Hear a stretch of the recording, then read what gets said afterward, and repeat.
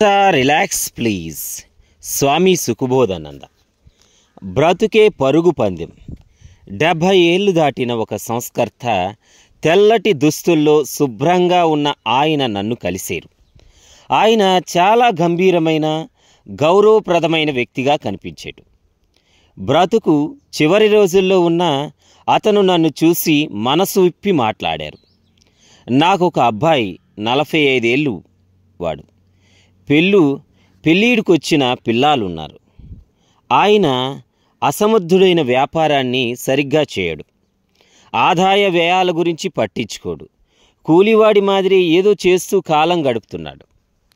కొడుకు తీరు ఇలాగుంటే నా కోడలు మనవరాలు కూడా అంతే శుభ్రంగా తినటం, మంచి బట్టలు కట్టుకోవటం ఇలాంటివి చేస్తూ ఆనందిస్తూ ఉన్నారే కానీ వ్యాపారం అభివృద్ధి గురించి ఆలోచించరు. నా తరువాత నా వ్యాపారం ఎలా నడుపుతున్నారో అని భయంగా ఉంది.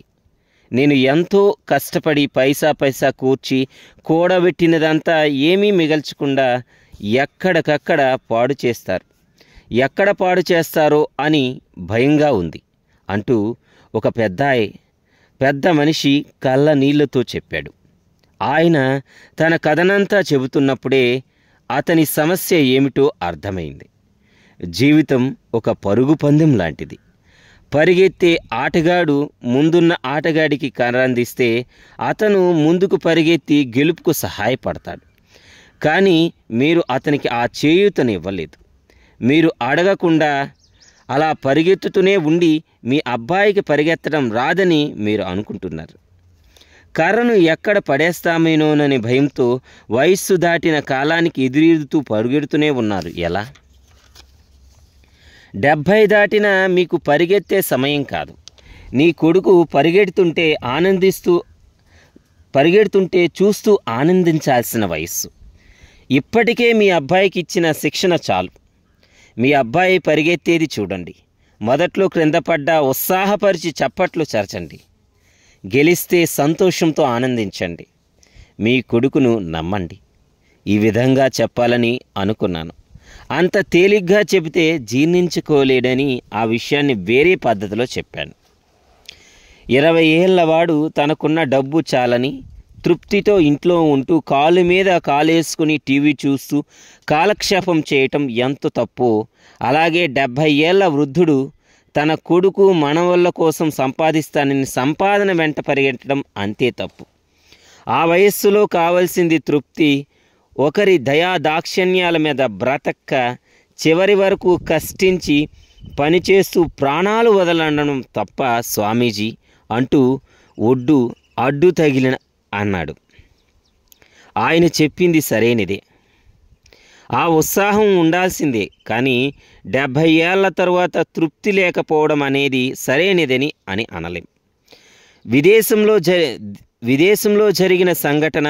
వయస్సు మళ్ళిన ఒక ముసలాయన తన 6 ఏళ్ల మనవరాలిని వెంటబెట్టుకొని ఒక సూపర్ మార్కెట్కి వచ్చింది. ఆమె చాలా నికార్సైన మనిషి. ఆమె ముఖం చెబుతుంది.